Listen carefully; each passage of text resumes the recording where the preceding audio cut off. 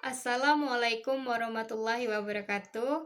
Perkenalkan, nama saya Neta Febriani, NPM 19160126 dari Prodi PGSD kelas 4B.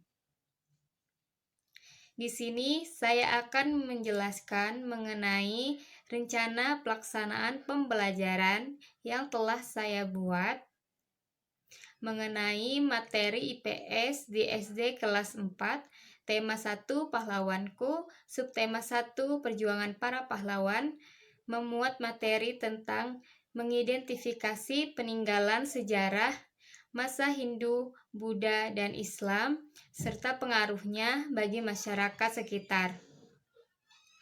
Di dalam RPP ini mencakup kompetensi inti, kompetensi dasar, dan indikator pencapaian kompetensi, tujuan pembelajaran, materi pembelajaran, metode pendekatan, media dan sumber pembelajaran, langkah-langkah kegiatan pembelajaran, serta penilaian. Yang pertama yaitu kompetensi inti. Menerima dan menjalankan ajaran agama yang dianutnya, memiliki perilaku jujur, disiplin, tanggung jawab, santun, peduli, dan percaya diri dalam berinteraksi dengan keluarga, teman, guru, dan tetangga. Kemudian memahami pengetahuan faktual dengan cara mengamati, mendengar, melihat, membaca, dan menanya berdasarkan rasa ingin tahu tentang dirinya, makhluk ciptaan Tuhan dan kegiatannya, dan benda-benda yang dijumpainya di rumah dan di sekolah. Kemudian yang terakhir, menyajikan pengetahuan faktual dalam bahasa yang jelas, sistematis, dan logis, dalam karya yang estetis, dalam gerakan yang mencerminkan anak sehat, dan dalam tindakan yang mencerminkan perilaku anak beriman dan berakhlak mulia. Selanjutnya, yang kedua, kompetensi dasar dan indikator pencapaian kompetensi.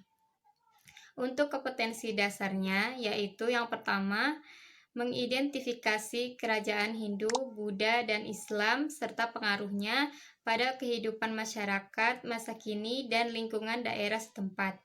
Yang kedua, menyajikan hasil identifikasi kerajaan Hindu, Buddha, dan Islam serta pengaruhnya pada kehidupan masyarakat masa kini di lingkungan daerah setempat. Sedangkan indikator pencapaian kompetensinya adalah yang pertama, menyebutkan peninggalan kerajaan masa Hindu, Buddha, dan Islam pada masa kini dan pengaruhnya bagi masyarakat di wilayah setempat. Kemudian yang kedua, membuat laporan peninggalan kerajaan masa Hindu, Buddha, dan Islam pada masa kini dan pengaruhnya bagi masyarakat di wilayah setempat dalam bentuk peta pikiran. Adapun tujuan pembelajarannya yaitu yang pertama, setelah mengamati gambar yang terdapat pada buku, siswa mampu mengidentifikasi peninggalan kerajaan di masa Hindu, Buddha, dan Islam serta pengaruhnya bagi wilayah setempat dengan benar. Kemudian yang kedua, setelah berdiskusi, siswa mampu mengomunikasikan peninggalan kerajaan di masa Hindu, Buddha, dan Islam dan pengaruhnya di wilayah setempat dengan menggunakan peta pikiran. Kemudian yang keempat, materi pembelajarannya yaitu mengidentifikasi peninggalan sejarah masa Hindu, Buddha, dan Islam serta pengaruhnya bagi masyarakat sekitar. Yang pertama, agama dan kebudayaan Hindu, yaitu perpaduan antara bangsa Arya dan Dravida yang bersifat politeisme atau mempercayai banyak dewa. Kemudian yang kedua, agama dan kebudayaan Buddha. Dan yang ketiga, agama dan kebudayaan Islam. Yang selanjutnya yaitu metode pendekatan. Pendekatannya menggunakan pendekatan saintifik dan metode yang digunakan yaitu ceramah, tanya jawab, penugasan, dan diskusi. Kemudian yang keenam yaitu media dan sumber belajar, menggunakan teks baca, buku guru, dan buku siswa tema 5. Adapun Yang ketujuh yaitu langkah-langkah pembelajaran. Langkah-langkah kegiatan pembelajaran ini terdiri dari 3 langkah, yaitu yang pertama kegiatan pendahuluan, yang kedua kegiatan inti, dan yang terakhir kegiatan penutup. Yang pertama, kegiatan pendahuluan. Kelas dibuka dengan salam, menanyakan kabar, dan mengecek kehadiran siswa. Kelas dilanjutkan dengan berdoa menurut agama dan keyakinan masing-masing dipimpin oleh salah seorang siswa. Siswa diminta memeriksa kerapian diri dan kebersihan kelas. Guru menyiapkan fisik dan psikis anak dalam mengawali pembelajaran serta menyapa anak. Dan yang terakhir, menyampaikan tujuan pembelajaran hari ini. Selanjutnya kegiatan inti. Yang pertama, kegiatan mengamati. Guru memperlihatkan sebuah video mengenai seseorang yang sedang membantu orang lain. Siswa diminta untuk mengamati gambar yang ada pada buku pelajaran. Guru memberi waktu sekitar 3 menit.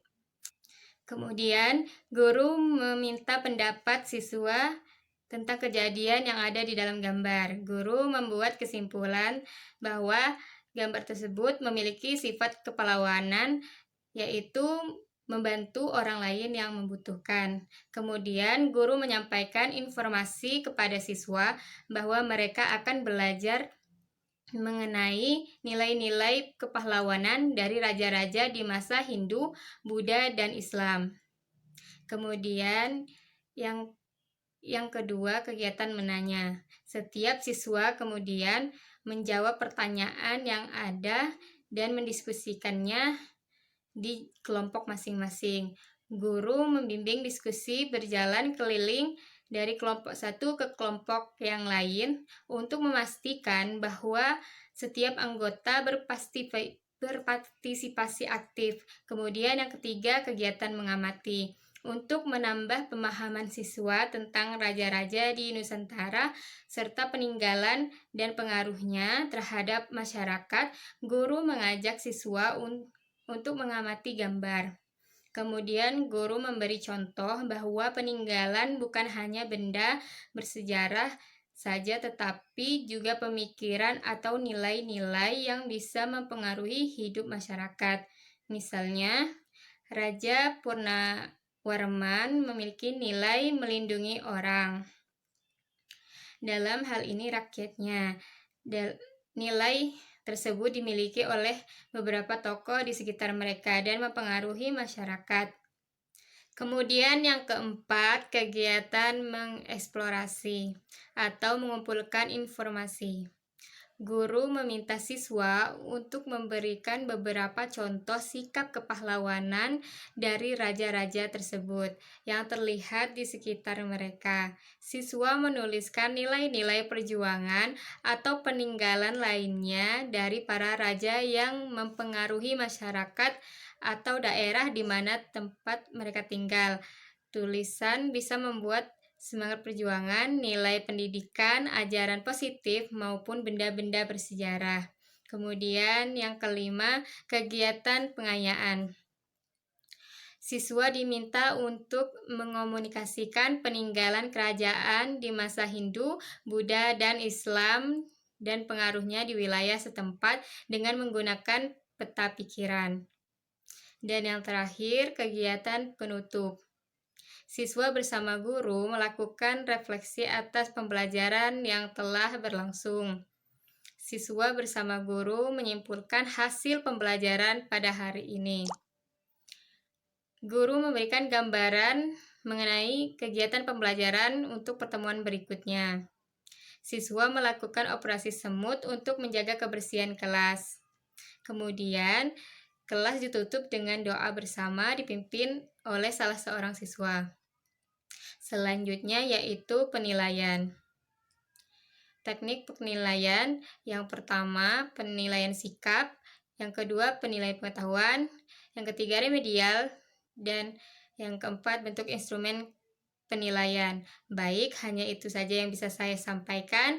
Kurang lebihnya saya mohon maaf. Saya akhiri. Wassalamualaikum warahmatullahi wabarakatuh.